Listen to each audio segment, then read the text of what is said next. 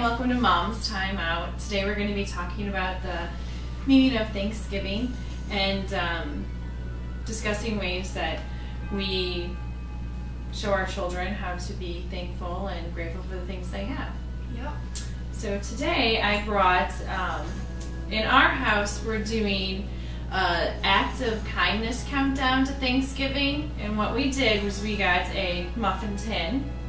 I had the children help out too. I think it's important, you know, to get them involved in doing this. Yes. We just traced the bottom of a glass, and then I did do the cutting just so it covered each one of them, because it was straight. Yeah, they do a good job. Yes. God bless them, Yes. but I just wanted to make sure it was covered. And then they put the stickers on them, and then we used one of those simple adhesive dots that they have. I think it was Scotch that we used. It was really Very good. easy. And then in each one of them, there's 3 pieces of candy, so that each one of the children get a piece of candy every day.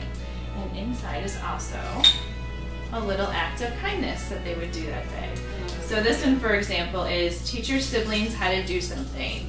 My daughter taught my son and our toddler how to mix colors together. She was teaching them the primary colors and then how you make the secondary colors, which I thought was really neat. If you do decide that you want to make one, like last year I had extremely high expectations for what we were going to do every single day in November. We did 30 days of gratitude last year.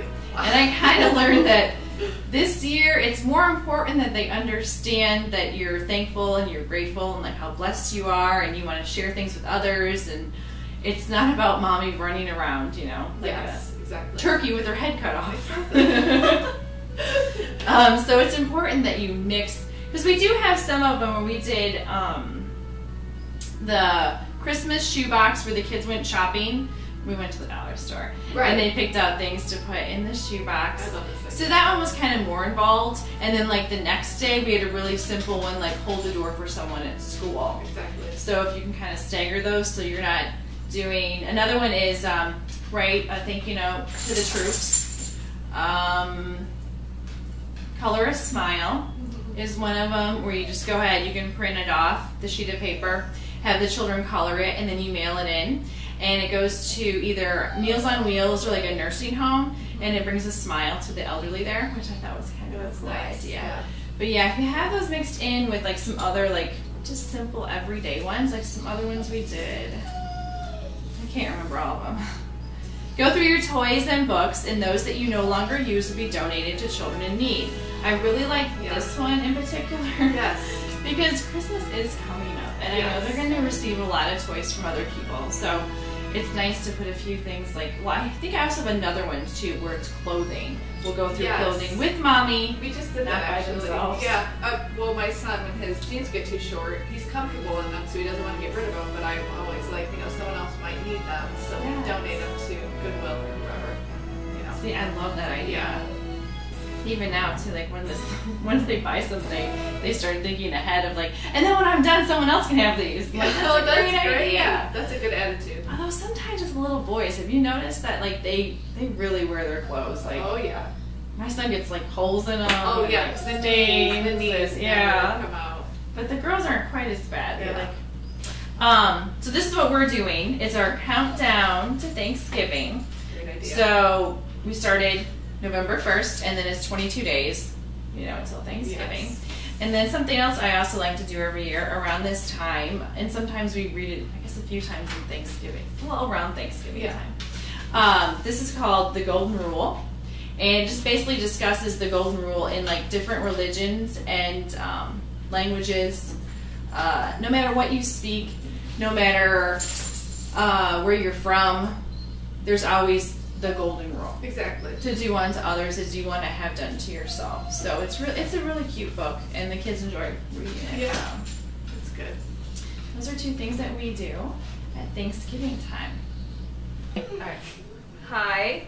What we're going to be making now is wassail. I don't know if you've ever heard of it, but it smells amazing, and it's also a great tradition to start with your family. What you can start with is cider. 2 quarts is what this recipe calls for. There's a lot of recipes out there. You can also use apple juice. So basically what it is, it's a spiced cider, and it's also a traditional English holiday drink. So what we're going to do, make the wassail, and then I'll tell you where the word wassail really came from. So you start with 2 quarts of apple cider, which is about 8 cups, and then 1.5 cups of orange juice. Add that in. It's very easy. It's just basically dumping. That's what you're doing.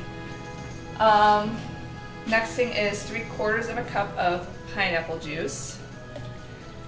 The next thing is a 1/2 teaspoon of lemon juice. I just added that right to my pineapple juice, so that's why I'm not going to be adding lemon juice on camera. So, it says 1 tablespoon of brown sugar. I think it needs to be a little sweeter, so I'm going to add 2 tablespoons of brown sugar.